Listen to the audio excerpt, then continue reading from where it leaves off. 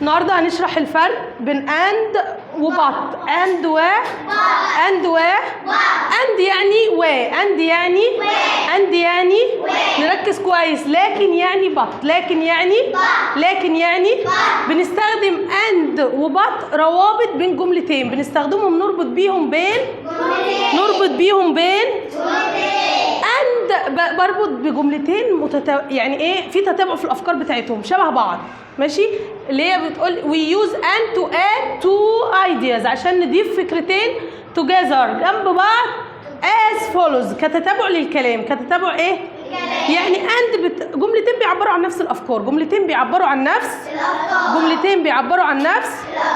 هنا مثلا في الجمله دي بيقول لي I eat vegetables، يعني انا اكلت الايه؟ الخضروات. ونعتبر الرابط ده مش موجود، دي جمله تانية بتقول لي I exercise. يعني ايه I exercise؟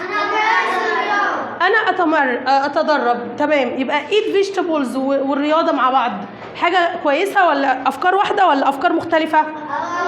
يبقى اقول I eat vegetables انا اكل الخضروات and I exercise، وكمان ان انا بعمل ايه؟ بتمرن. وكمان ايه؟ طب الجمله اللي بعدها I like walking، يعني انا احب الايه؟ التمشيه. I like walking احب المشي. I like vegetables وبحب الخضروات. دول برضو افكار ايه؟ متناسقه، يعني بيعبروا عن نفس الايه؟ الفكره. يبقى هنقول I like walking and I like vegetables. تمام؟ هنا الجمله اللي بعديها I like fruits، يعني انا احب الفواكه. I like vegetables واحب الخضروات. برضو هقول ايه؟ and. هقول يبقى انا عرفت ان and بتعبر لي عن فكرتين متتاليتين او نفس الفكره، يعني بنربط جملتين بيعبروا عن نفس. هنا بقى but contrast يعني تضاد. ما ينفعش يعني جملتين ما ينفعوش مع انا بعمل كذا بس ما ينفعش اعمل كذا. هنا مثلا بيقول لي we use but to contrast يعني نبين التضاد. contrast نبين two ideas تضاد فكرتين as follows متتابعتين، يعني جملتين ورا بعض بس فيهم تضاد. I want to play football، انا عايز العب كرة القدم. my leg hurts رجلي تؤلمني. كده هعرف العب كرة؟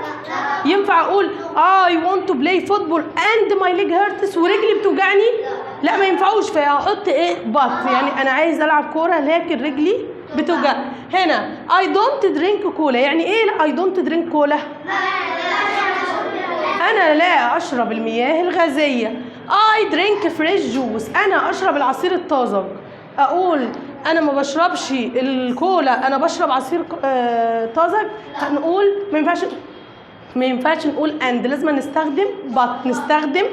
نستخدم I don't drink cola، انا لا اشرب الكولا but I drink fresh juice، لكني اشرب العصير الايه؟